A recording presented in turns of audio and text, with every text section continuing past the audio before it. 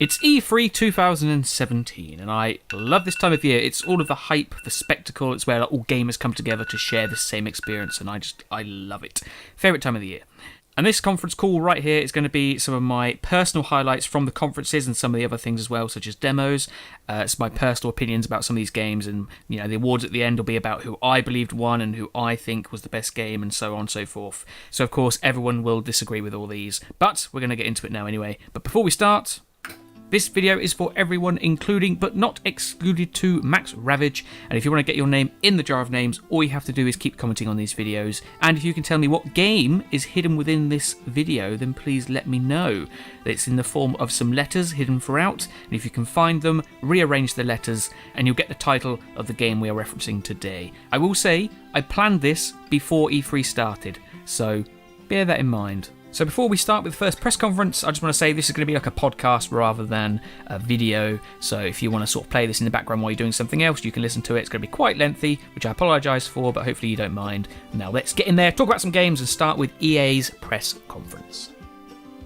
As with every year, EA had a big focus on sports games, which is probably why there's not much here for me. Particularly this year, though, they seem to focus on the story modes of these games. I think everyone had a story mode, and these stories do look really good. It's just, unfortunately for me, I'm probably never going to play these, but obviously if you do and you like the story modes, then they're there for you to play with. Battlefield 1 got some DLC announced. I think it's called In the Name of the Tsar, and I really like the historical elements they're bringing in with this, particularly with the female warrior class now, which is obviously new and a good step forward.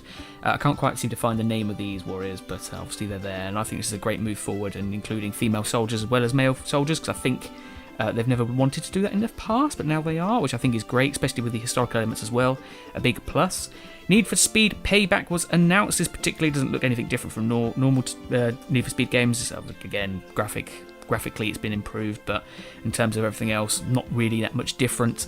I will say that I did notice the seamless transaction between gameplay and story elements, game cutscenes, that's the one, cutscenes, which was noted, but apart from that, it just seems like the same things as you usually get with racing games, no new innovative technologies. And then there was another game announced called A Way Out. This is a co-op game where the screen is split into two, like split screen as it usually is with couch co-op, where you play for a game, you're trying to break out of prison and escape the authorities. This actually looks really interesting. The story is compelling and all the gameplay elements. Apparently you can walk into other people's cutscenes while you're playing. I think they're particularly pushing this for coach co-op, which I think is something that is actually dying in games now, which is a big shame, particularly if you're in a relationship. But I think it's nice that they're actually focusing on this. But I think there is online co-op version as well. I think it needs that to actually survive. There was also a game called Anthem released, but we'll talk about that later in Microsoft press conference. And we had Star Wars Battlefront 2 showcased for the last half an hour of the show. I like the fact they're including a story mode this time. Unfortunately, we didn't see nothing of it whatsoever. So I wasn't particularly drawn to this game, unfortunately. My friend who was a big fan of this really loved it. I wouldn't stop talking about it. But one thing I did like about this is the fact they're including the prequels now. And we've got to a point now where the CGI for the prequel characters and the maps is actually better than the film itself. So that's a nice time that we've come to, where supporting media can actually surpass the original media, which I think is quite funny. Then we're going to take a quick break and look at some demos that I saw, particularly one. One is called Fortnite.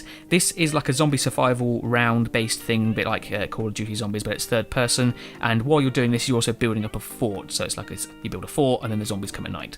This actually looks really good. I'm not a big fan of these sort of survival modes in video games or standalone games with it in, but the fact that you can build up forts to protect yourself actually looks really nice, and I'm very tempted to play this, I must admit.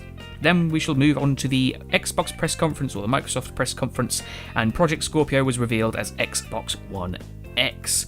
Yes, this looks particularly good. The price is lower than I thought it was going to be. In terms of whether I'll get this or an Xbox One S, not particularly sure which one I'll go for. The Xbox One S is a lot cheaper, and I don't have a 4K TV, so I'm not really going to benefit from an Xbox One X. So, yeah, I suppose from my point of view, probably not going to be drawn to it. One thing I did like about it, because a lot of people didn't like the name, and I didn't at first. I quite like Project Scorpio, although I like the fact they clarified that this is not a next console, this is just a continuation of the Xbox One line. But one thing I liked about the name, after I realised it, was the fact that it's Xbox One X, which people don't like. But if you take the initials, it's XBOX, which spells Xbox, which I did like. But overall, yeah, it looks like a nice piece of kit, but whether or not I'll get this over an S, I'm not too sure. And we saw Forza Motorsport 7. This But again, similar to the Need for Speed, doesn't look anything new from a different racing games. Graphic-wise, it does look a big improvement from what they usually are, but you kind of expect that nowadays with these games. But apart from that, nothing new. Metro Exodus. This actually got my heart pumping. I was watching a video for this. We were escaping some monsters in a tunnel, and I'll tell you what, I was really feeling it. This one, I would definitely play this. I'm not a particular horror fan, but this seemed to really sort of strike a nerve with me and really got me into it. So I was really impressed with this. Particularly in the end as well, we had like a big sort of like giant mole or rat or whatever it was, and you sort of took him out, and then you went onto a plane, and I love that. And it's inspired by a book, which is always great stuff. Then, surprisingly, we got Assassin's Creed Origins, which I was not prepared for. I don't think, from what I've seen, anyone else was prepared for this. So I think everyone was a bit underwhelmed. But yeah, the game looks nice. We'll talk about it later on in Ubisoft's press conference. And I've got a big problem here with the way it was marketed, but we'll talk about that later. Then we saw State of Decay 2. I loved the first one. And I think this one's going to be more of the same with some improved graphics and improved details. I saw someone saying online that this is probably moving away from the smaller game than it was and becoming more of a AAA title, which I think is a great move. And I love it. The particular bit I saw that I really enjoyed was the base building, where you saw like the greenhouse growing, and it sort of looks much more improved than the first game, and that's what I particularly love. I'm also cutting out a lot of stuff that was shown here as well, particularly with indie titles, and I want to say B-list titles, some lower games that aren't particularly AAA titles. There wasn't much here that I particularly like the look of. I think there's one on the screen now which I particularly did like, but the rest of them were a bit meh, okay, sure. Then we went on to Sea of Thieves. I'm still really worried about this game, as there's not going to be much there to do. This year, people seem to think there is more now. They've shown a little bit more, but I still think it's going to be quite small. I'm scared this is going to be more of like a No Man's Sky feel. But hopefully it's not, because a lot of people really like the look of this. But I really love the art style. Obviously Rare's a great developer, so I trust them to produce something really nice. But I am still a little bit scared that there's not going to be much to do, and it's going to be a No Man's Sky situation. Crackdown 3 was next. I've not really been a part of this franchise before, so I don't really know much about it. But the way they announced it with the celebrity and the trailer, I really loved. But apart from that, we didn't really see much, so I can't really comment on it too much. Shadow of War was next, and this just looks great. Not too dissimilar from the first one, but there are some new elements, but not too dissimilar. I really love the fact that you can have like personal stories with your sort of like orc army, which I really enjoy, and particularly the troll that they've been highlighting recently called Bruce. The Australian troll he's just great. I love him, and I want one myself. Moving now on to another game which I think I really liked about this one is Ori and the Will of the Wisps. I was a big fan of the first one, and I can't wait to see more of this, and oh yeah, it's just a beautiful game. It's one of those art pieces that I really enjoy, so yeah, can't wait to see this. And lastly, we saw Anthem, which I mentioned in the EA press conference. This looks pretty good. It's a little bit of a mixture between The Division, Titanfall, and James Cameron's Avatar, which I'm all for. However, I think it's probably going to fall into the same sort of belt as The Division, where I really liked the look of it, and I did enjoy some elements of it, but not the whole thing. And I'm really scared that Anthem's going to fall into the same pattern for that for me. But overall, it does look like a very nice game. Maybe beating Destiny, I think, for me this year, but I've never been a fan of Destiny in the first place, but we'll get on that later anyway. Next, we shall move on to the Bethesda press conference. I'm skipping out a lot of stuff here about Doom VR and the Elder Scrolls Online and blah, blah, blah, blah, blah, blah, blah, and we'll get on to Skyrim for the Switch. I mean, yes, it's great that it's now on another console, but Skyrim's been released so many times now that I'm a bit like, yeah, okay, I know I'm still playing it, but it's out on every other console now, it's great. I did like the fact that they're including some amiibo features where you can wear Link's outfit. That's quite a nice little feature to add in though, but apart from that, it's just Skyrim on the Switch. Take it anywhere you want now, that's great. Apart from that, meh. And then we saw Dishonored 2 DLC called Death of the Outsider. I really, really love this, but I think it's because I've just recently finished the DLC of Dishonored, the first one, so I know about the whole Dowd situation, but obviously Dowd's still there. Billy's back, although I think she might be in Dishonored 2, but I haven't played that yet, so please don't tell me. But I love the fact they're actually going to try and kill the Outsider this time, and it just looks fantastic. And I've got a theory. They're going to kill the Outsider, but I think it's one of those mantle things, like there's always got to be an Outsider. So I think Dowd might become the Outsider, or Billy. We'll see. The Evil Within 2 was showcased. I really loved the trailer here where it was all like creepy and sort of psychedelic, and I just love the way it looks. In terms of gameplay, I don't think we saw much, if any. But yeah, definitely one up there if you're familiar with the first game. I'm particularly not, and it's a horror game, so not particularly on my list. And Wolfenstein 2, The New Colossus was announced, which looks really good. I really love this sort of like alternative timeline where historical events changed in a different way and it goes down a line. Similar to Man in the High Castle, where Nazis took over America. That's sort of similar to what's happened here, and I really love this fact, particularly when you can build up a resistance of American fighters, and it just looks great. And I actually can't wait to play this. Ubisoft's press conference was next, and we saw something called Mario plus Rabbids Kingdom Battle. And this actually, do you know what? I actually was quite surprised by this. It looks like something that you think you should hate, but actually looks quite good. It's obviously Mario and the Rabbids, like the original Minions, brought together, which is crazy. But the overall feel of the game, where it's like a tactical game, actually looks really compelling, and I actually would love to play it. This has surprised me, this one did. And I love the fact that sort of Ubisoft are opening up to other developers as well, like Nintendo, and they're coming together. And I think that was probably one of the key moments of E3 this year, that particular fact they're sort of joining together and cross-press conference joining together sort of thing, whatever you want to call that. Then we saw Assassin's Creed Origins again. Right, here's the problem with Assassin's Creed Origins this year. They seem to be scared to showcase this game. They're not really marketed it very well, particularly in the press conferences, because you saw it in Microsoft, big surprise, like, oh, this is Assassin's Creed. Oh, okay then. Yeah, the game looks great, like gameplay wise. Some people say it doesn't look too different. I think it does. I think the problem is when you see it being played by people that don't know the game, they're trying to play it like the old games, where I think the developers are actually playing it how it should be played, and I think that looks a lot better. So I think once we get hands on it, it'll be much better than the other games, and it will look different than what it is. Really want to see modern day stuff. They're not doing that yet. Story, I'm a little bit worried about, because they're doing it more of like you can do a story bit but then go away and come back. So I'm a little bit worried the story won't be as strong as some other games. We shall see. But overall, about the problems with marketing it. When these press conferences happened, yes, the game looked good, but I was a bit underwhelmed. But as other videos started to leak out later, actually that's a wrong word to use, as videos started to filter out later from their marketing teams, the game looks a lot better. Like, I think the problem was they started showcasing it and they didn't really market it very well then, but then as videos came out and everything was in the open, that's when you started to get a good feel for the game, at least for me personally, and that's when I started to love it. I was just a bit upset that they didn't market it very well, and I want my cinematic trailer. I always love my cinematic trailers. We don't have one yet. Fingers crossed for the future. And on the same line as Assassin's Creed, we're going to Skull and Bones now. This seems to be taking the Assassin's Creed Black Flag pirate scenario or gameplay mechanics and taking it into its own little game, which, yeah, I loved it in Assassin's Creed. I don't know if I'll play this in myself, but it looks a little bit like a For Honor with pirate ships, which, you know, hopefully. But again, I don't know whether I'll play this or not. It just seems like a nice thing to have, but I don't think I would play it myself. Far Cry 5 is actually one of those games which is really staying in my head this week. It doesn't particularly look much different from the rest of it, but I really like the fact that they're dealing with a religious cult as the enemies, in inverted commas. So I'm really looking forward to playing that, and I think that's why it's sticking in my head, because it's such a relevant topic nowadays, and I'm like, ooh, I'm really liking this. Dog, I love the dogs, so I'm glad you can get dogs in this. But apart from that, it doesn't really look too different from the rest, so maybe I'm actually looking forward to it, but apart from that, we'll see. Then on to the big thing of E3 this year for me, Beyond Good and Evil 2. I was surprised. I said to my friend beforehand that if they announced this, I'll probably scream, and then it was like the whole journey I had while I was watching the trailer. I'm going to talk about it in a separate video because I want to make a special one for it, but Beyond Good and Evil 2 is a big hitter for me. I'll talk about it another time, but there, we'll leave it there for now.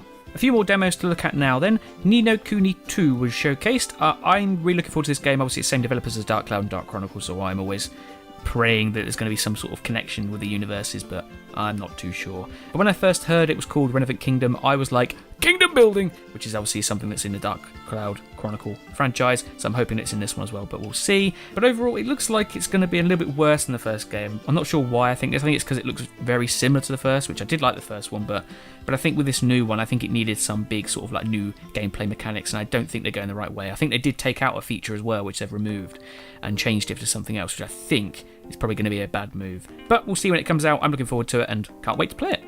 And there was a demo for Knack 2. Now, a lot of people don't like Knack. I particularly liked it. There wasn't much to it, definitely, and there was not a lot there at all. But that's why I like the idea of a sequel, because now they can develop it and turn it into something great, which I'm hoping is what they do. So far, gameplay looks pretty much the same, but they've added a few new things. Maybe they've not added as much as I would have hoped, but we'll see when it comes out as well in the future.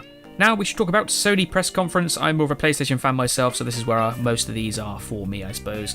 But there was a few DLC things with Uncharted Lost Legacy and Horizon Zero Dawn Frozen Wilds, 2 DLC for 2 big games. Yeah, not much really to say here. They're going to be great. They usually are. They're just more of the same sort of stuff, which is a bonus.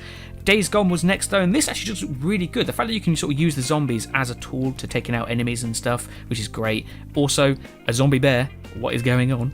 Don't see zombie animals a lot, but that's cool. Can't wait to play this one. This actually looks like a really good game. And even though it's a zombie game, it doesn't look like it's distilled with this vast vat of zombie games. It actually looks quite fun and intriguing. Monster Hunter World was next, which I think is probably going to be an MMORPG on the PlayStation. I've always heard about the Monster Hunter universe before, and I've always liked the idea that you sort of group together and hunt these monsters. I've always liked that. So hopefully that's going to be in this game, but whether or not I'll actually get around to playing it because it's an MMORPG, I don't know. But yeah, we'll see. I've heard this is a dialed down version of the Monster Hunter universe franchise, so maybe we'll see what that's like in the future, but probably never going to play it myself. And we had the Shadow of the Colossus remake. I think this is a remake from the ground up, which is great. I never got a chance to play the first one. I did play Ico and didn't really like that one, so I never played this one because I thought it was the next one on.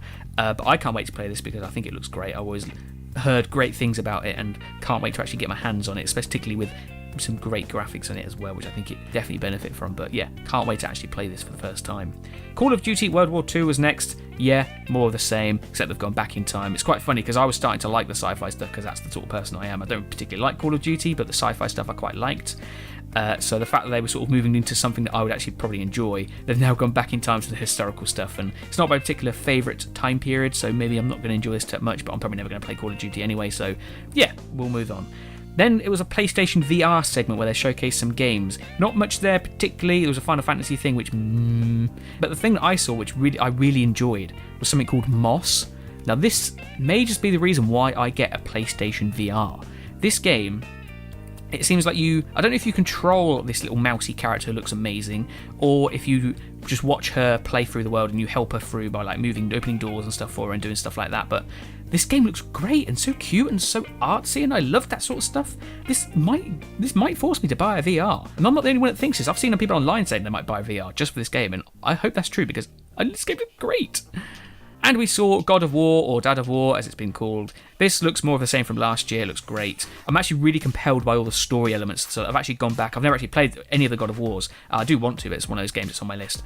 I actually watched the cutscenes from the first game, and I didn't realise that God of War had such deep story, but this new one particularly seems to be showcasing that, which I'm really for. I really love all this sort of stuff. And the fact that you're carrying your kid up a wall, and then he gets attacked and he sort of like kills them, it's like, yeah, boy, do your stuff. I like it. I'm really interested to see this, and I think this is probably going to be my favourite God of War, even though I haven't played the rest, but it looks like it's more focused on the story, which is what I like, and I think that's going to be the elements I enjoy most about this one. Detroit Become Human. Yeah, we've seen this before. It looks like the Heavy Rain type game. It just looks the same stuff we've seen last year. That was Sony's problem this year. It's just a lot of the same stuff we've already seen. But yeah, it looks interesting how you're trying to break out the androids, and yeah, it's just stuff you'll come to expect from this sort of game. Destiny 2 was next. It looks like they're focusing more on the story than the first one, which is good. That was the problem I had with the first one. But overall, it just looks more the same, which is good for some, bad for others. I think if I had to play this or Anthem probably looks more of a game that I would like to enjoy rather than this one, but meh, that's just me. And we ended with Marvel's Spider-Man, made by Insomniac Games. Big fan of that company, made Ratchet & Clank, all that sort of stuff, and I particularly love the look of this. I was a bit worried it wasn't open world, but it is open world. It's been confirmed, and I just think it looks great, and the story and everything and all the, you can't really go wrong with Spider-Man unless you don't make it open world, but they have, so they haven't gone wrong with it. But yeah, looking forward to this game. Hopefully it's going to be some good stuff in there, and can't wait to play it. Now for the Nintendo Direct. This is arguably one of the conferences that people think won E3. For me personally, I don't really have a Switch, so a lot of these games aren't really for me. I'm more for the other conferences because they're more games that I would play. But there's a lot of stuff here that I did like and did have a consistent conference. But there's a new Kirby announced for the Switch, which I think looks quite good. You can't really muck up Kirby, you sort of stick to the same sort of formula as the other games. But it's definitely one of them games that I would play if I was getting a Switch, which I think I may be getting because they announced they are working on a Pokemon for the Nintendo Switch, and this is something I would really love to play, especially if it's like the Pokemon Colosseum games from the GameCube. So this is definitely a reason why I would get a Switch. So that's an Xbox One, PlayStation VR, and a Nintendo Switch that I have to get. That's a lot of stuff. As to which one I go for first, I have no idea. They also announced a Metroid Prime 4. I've never really been a fan of the series. I love the character, but I've never really enjoyed the games myself. But it's nice to see there another one, particularly after last year where they asked for one. A new Yoshi for the Switch looks great. It looks like a woolly Yoshi, and it looks just fantastic. Again with the Kirby stuff. More of the same, but one of those games I would love to play. The Legend of Zelda Breath of the Wild DLC has been announced. There's 2 packs. I think there's like a costume one, and there's one with a hard mode where all the enemies are a lot tougher than what they actually are in the original one. And there's these trials you can do by going into the Master Sword where you get stripped back with nothing and you have to collect it as you go through the levels. And from what I've heard, if you die, you go right back to the beginning, which is insane. There's like 50 levels as well. And apparently you unlock like the full durability of the Master Sword, which I think is a great thing to do, and the way you get that, I think is going to be something that I'm really going to enjoy, and I can't wait to actually play this when I get a Switch. Probably one of the main reasons I want to get a Switch. which I know is quite unusual because Super Mario Odyssey is coming out and a lot of people love this game. Apparently, I think it won IGN's best game of show. Now, I love all these Super Mario games, particularly with Super Mario Sunshine and then 64 and all those sort of games. I love them. So bear that in mind because I'm about to sort of talk about this in a negative light. I don't think there's a lot of new stuff added into this that are really pushing a new title. It's just more of the same, which, don't get me wrong, is great. I love that. But I think overall, to like win these awards, it needed something a little bit more to get them personally for me. But overall, I'm looking forward to the game. I love it. Please don't get me wrong. But I think it needed that little bit more to help it stand out a little bit better for me personally. So before we carry on, we'll talk about some of the demos I saw on the show floor.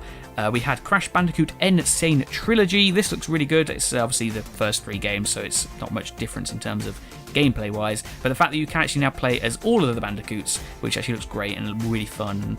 I would love to go back and play the Crash Bandicoots because I don't actually think I've played the first one, at least not all the way through, so I'm looking forward to doing that.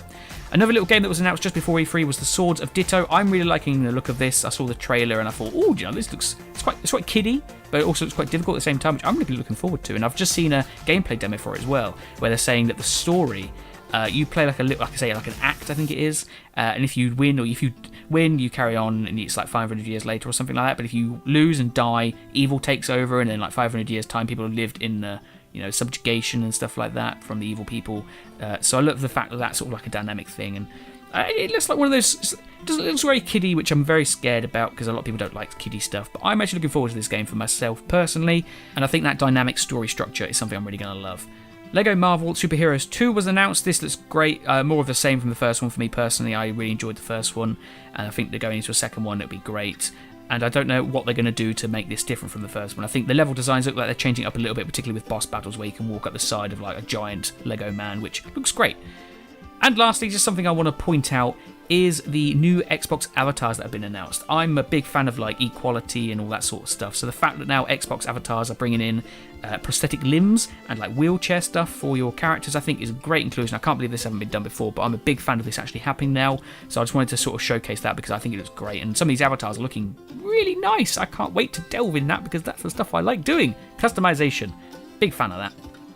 And I've actually already recorded all of this audio stuff, but unfortunately it corrupted, so I have to do it again. But I'm glad, because I've actually seen an article on PC Gamer about the 7 games you missed at E3, and one of them is something I want to talk about. It's called Ken Follett's The Pillars of the Earth. Now, I've got this book, I've read this book, I've talked about it before, and I love it. And I was really intrigued by this. Basically, it looks like it's going to be a 3-part installment, similar to like the Telltale games, where you play through the story of the books and you find out what happens and stuff like that. And I'm all for that. The art style looks really good. It looks like hand painted, I think it is. And I'm really excited to play this. Apparently, the first episode comes out in a few weeks. I'm really excited to play this, even though I know the story. I see all these characters that I've read about, and I'm like, oh, that's that guy. I know him. And I definitely, when I see this trailer, I can see I know her. She started the wall business. That's Tom Builder. That's Jack, the guy with the ginger hair who, spoilers, something or other.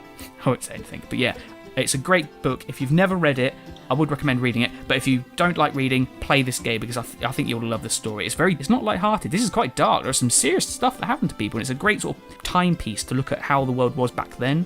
And they do build a cathedral as you go through the story, so I'm really looking forward to seeing how that sort of plays out on the map. Like maybe they'll have a map and like time lapse of it growing, and it's like I love the pictures in the book where it's like every chapter has like a start picture that shows the building of the cathedral, and I'd love to see sort of that in this game, which I can't wait for. So hopefully it's going to be great. But just wanted to talk about that before we go on to the awards, which we shall go on to now.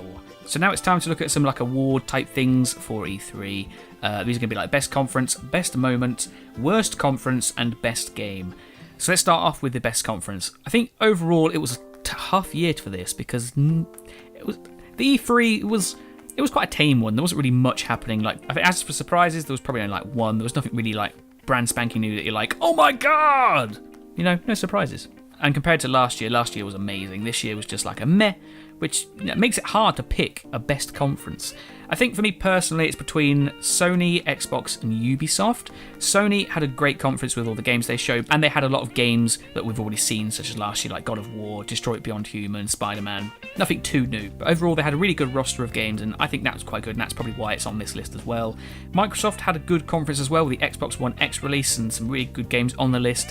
However, they didn't really have any like big AAA titles to sort of bring to the table. It was a lot of like smaller stuff, and when they said about exclusives, a lot of this stuff is timed exclusives or they're already on PC. So I think because of that, it sort of gets brought down a notch, but it is great because it did have a really good conference in terms of production scale and all the games on there. But I think overall this year, because Sony and Xbox were so close, I think overall, I think Ubisoft actually won. It had a great start with the Mario plus Rabbids Kingdom Battle, where it's sort of joining Ubisoft and Nintendo together, which I think is a big thing for game developers. And they had the ending as well with Beyond Good and Evil 2, which is a massive surprise, even though it's probably years away, which I'm fine with. The fact they've announced it is good enough for me, but with that big sort of like surprise is how you should do a conference. You start off with something good, you end with something good, and in the middle you have some great stuff as well, which is what I think Ubisoft did, which is why this year I think I'm going to give Best Conference to Ubisoft. But riding on the Ubisoft success, we'll talk about Best Moment. This is pretty obvious for me, you all knew it. I saw some comments happen as soon as it got announced. Beyond Good and Evil 2 is for me is obviously my best moment. The fact this was announced, Michel Ansel cried, I cried. Oh, it was a beautiful. The stream I was watching, people cried on there. It's just, I'm so happy Beyond Good and Evil 2 is happening.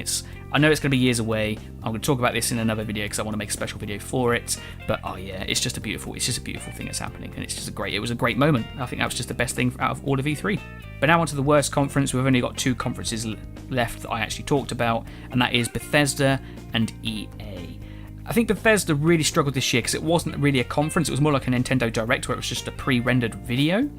In terms of a press conference, it was really bad. I was a little bit worried about the people that actually attended, like, oh, they just came here to watch a video. But apparently not. Apparently they had like a party afterwards, and it looks a lot better than the actual conference itself. But I think overall, the fact that happened, I think it really struggled in that sense. They didn't really have much to bring to the table either. I mean, Dishonored I was quite a big fan of, and Wolfenstein 2 was a big fan of as well. But I think overall, I think EA was probably the worst conference. I mean, it had some good stuff, like A Way Out was quite interesting, and some of the sports stuff was it looks quite good, and especially with Star Wars Battlefront 2. Apparently that was the most talked about game, but obviously it's one of those like super mainstream things that everyone would always talk about. But I think apart from that, there wasn't really much here. Like, you had the sports games, which is what you come to expect. Battlefield 1 DLC, it's just DLC. A new Need for Speed, which doesn't look too different from the others. A Way Out was probably the best thing I saw at this place. Anthem, just teased. And then Star Wars Battlefront 2, I think, was obviously the crowning jewel for EA. But apart from that, it had nothing really. Like I said at the beginning of this, EA doesn't really have stuff for me personally. So I think that's why I'm giving the worst conference to EA. But Bethesda didn't really have a strong one either. So it was very close again. But that's that. And the last one for this year is the best game. Now, like I said, it was a tough year for E3 this year. Most of you are probably thinking I'm going to say something like Beyond Good and Evil 2 or Assassin's Creed Origins. I don't want to say Assassin's Creed Origins because I probably would be biased towards that, and I think the fact that it was marketed wrong, I don't think I would have given it to that anyway. But I've also excluded games that we didn't see gameplay for, so Beyond Good and Evil 2 does not count at that list, as well as other games that we didn't see stuff from, such as the Pokemon Switch game that they announced. Yeah, that stuff doesn't count. We have to have seen gameplay of it. And when I say that, there's not really anything that stands out. I mean, God of War looks good, but that was announced last year as well, so that sort of doesn't really count for this year. Metro Exodus looked really good for me. It got my heart pumping, but it doesn't really have a big impactful punch that some other games would have had for it to win the best game. A lot of people give it to Super Mario Odyssey, but I've already talked about that with how I feel about it. It doesn't really bring anything new to the table, so I don't think I'm going to give mine to that one. But apart from that, there's nothing really else I think deserves a best game this year. I mean, there isn't really anything. So I think because of that, uncharacteristically of me, I'm going to have to pass. I don't think there's a game I can give it to this year. I just don't think there's anything that truly stands out and is a flagship title from this year's E3. So I'm gonna have to pass, which is very controversial for me. But even though we had a pretty bad E3 in my opinion, I still love it. I can't wait for next year. I'm already excited after. But if you had any different opinions to these games that I had, please let me know. I'm sure you did. Even if you have a best game of E3 this year, for you personally, let me know what it is. I'd love to hear it. But before we go, the game that is hidden within this video, it has 5 words, there's 1 number, and there's 1 symbol. So good luck trying to find out which one it is. I'm sure you can probably guess what it is based on all those hints I've given you, but we'll see what happens. But in the meantime, this podcast is yours to do with as you wish. You can like it, you can share it, or you can count the flies while you wait.